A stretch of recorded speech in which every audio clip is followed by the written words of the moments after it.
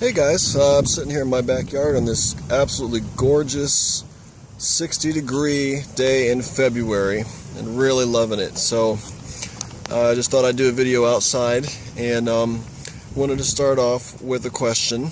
The question is, do we really know who it is that we're dealing with when it comes to God? And as we think about that question, think about the most amazing thing you've ever seen in nature or in life in general, the most awe-striking thing you've ever seen. For me, Niagara Falls is up there on the list. It's absolutely gorgeous and just so much power, and the ocean as well. Just such peaceful places with such power. And this creation, this universe is absolutely awesome. Just absolutely awesome. And sometimes I think we have God in a very small box in our minds in this culture, and we see Him as, we kind of put Him into a religious box. He fits in this neat little package, or maybe even we kind of have Him in the same place in our minds as we might have Santa Claus or the Easter Bunny. But I mean, we cognitively believe that God is there, but He's just kind of there and not really real.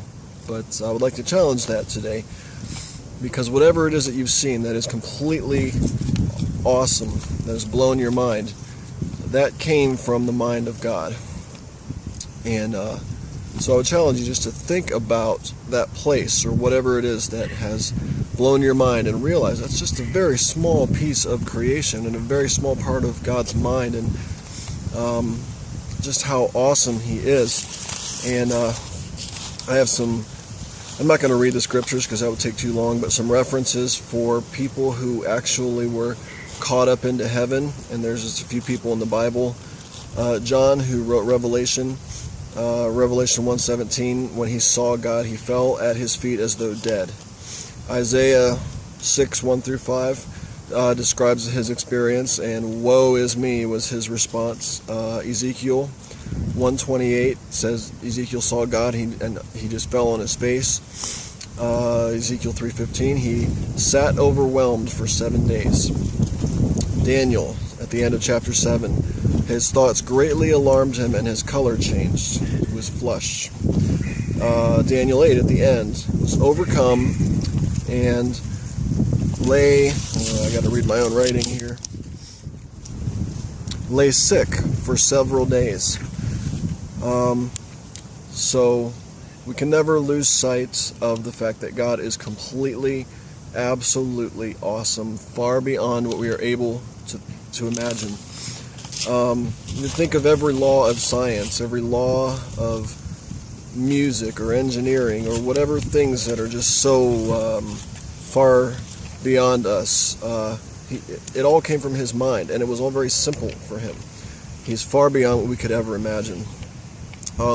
Proverbs 1:7, fear of the Lord is the beginning of knowledge. Psalms 111:10, the fear of the Lord is the beginning of wisdom. So I think the fear of the Lord is something that we have kind of lost sight of as a culture, and perhaps personally, I know I've had to stop and really just think, who is this God that we're actually dealing with? He is far beyond anything I could ever imagine. And when we begin to realize that, what is the appropriate response? And we kind of asked a similar question last week. But what is the response to realizing that He is so vastly huge? And again, it's surrender. It is, okay, you're God and I'm not, and I will serve you because you're God and I'm not.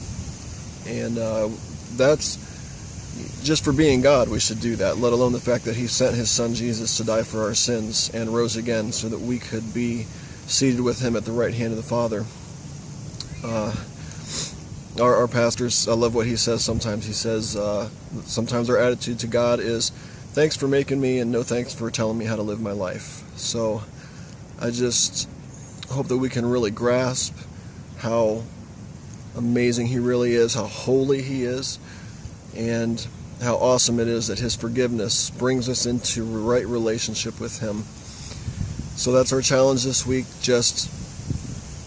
Maybe just think about that place you've been, or go somewhere that makes you